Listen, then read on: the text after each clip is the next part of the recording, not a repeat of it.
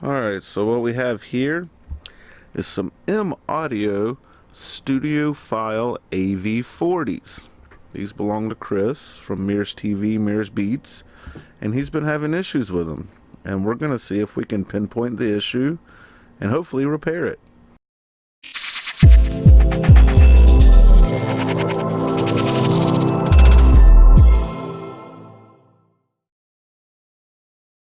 Okay, so I'm going to switch it on and give you an idea and show you what's going on with it.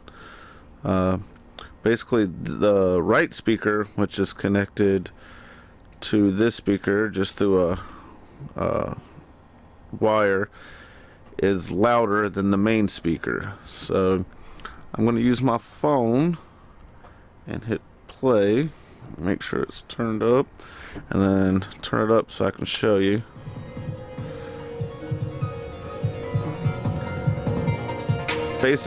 Basically this one's a lot louder than this one.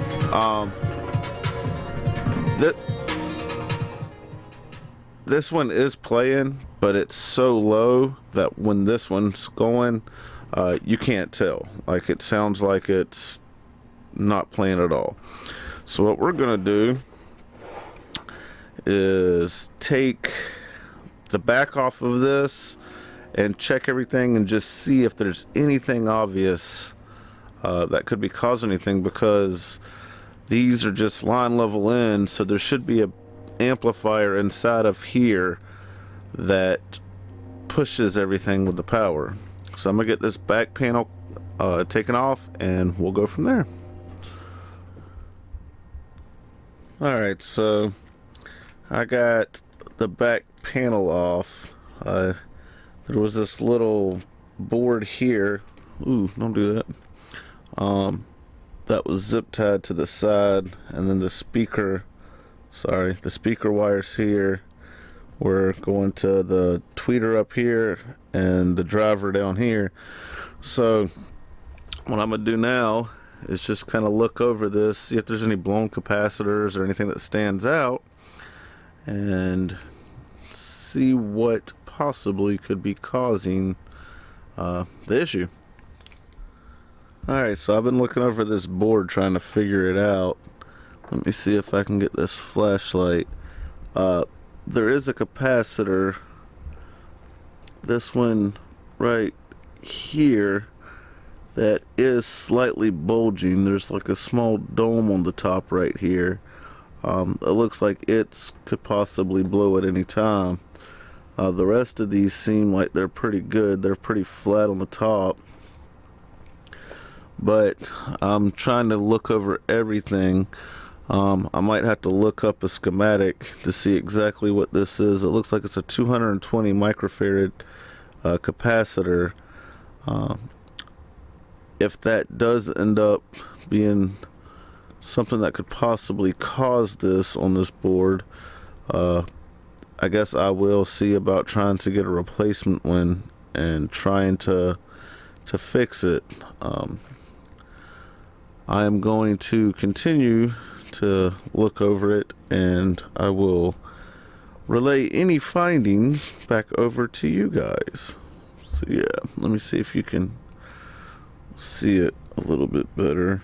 I think focus. You can kind of see the top lines on it where it's showing where it is definitely bulging some. All the rest of them in there look pretty flat. I'm not exactly sure. I don't have any experience with different capacitor brands. I should be able to solder another one on if the need arises, but most of like these big ones here seem to be fine. The two that are right here seem to be okay. I don't see anything that stands out severely. So, but I'm gonna go back over the board again. I will definitely look and see what I do have. I might have to order one of these, so it might be something I have to come back to. So yeah, we'll see. Alright, so I ended up going ahead and taking it apart a little bit more and got the actual amp off the back plate. This, come on, focus, focus, focus. Gets to focus, homie, gets to focus. Let's see. I don't know if it's too bright. Anyway, what I'm gonna do to start off with is, let me see if I can find it without taking up too much light. This 220 and this 220, this is the one that's bulging right here behind these wires. These capacitors are prone to being a weak spot in these, so I'll put it over here on the side of the screen. I ordered a pack, I think it was like 10 or 20 of these 220 microfarad 25 volt capacitors, some new ones, and I'm going to start off by replacing these. I've gone over the whole board with all these little 100 volt or 100 microfarad capacitors, and I haven't seen any other weaknesses or anything, or no discoloration on the back side of the board where those would be at. So just to kind of start, I'm going to start off with these two. I mean, you can definitely tell that one right here is bulging. You can see the curvature at the top. So my idea right now is to start with those. These 4700 ones, they say do wear out, but there's no sign of anything going on. I'll take my voltmeter after I replace these and make sure that everything tests out on those, and if I have to, I'll replace those.